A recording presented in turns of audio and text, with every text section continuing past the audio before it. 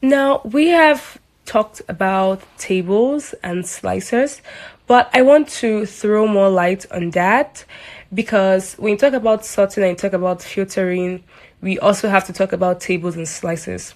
Now, when you convert your data into a table, Excel automatically adds filter buttons to each column. So when you have a table, that table filters your data automatically. This means that you don't need to manually click the filter button; it's already available. Now, it makes sorting and filtering much easier because one, every column has a filter button. Two, you can sort data directly from the table.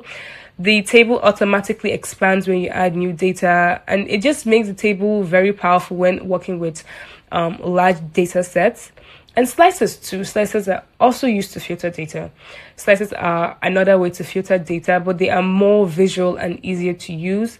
Instead of like drop down menus, slices give you buttons that you can click, and that is why it's easier to sort with tables and slices.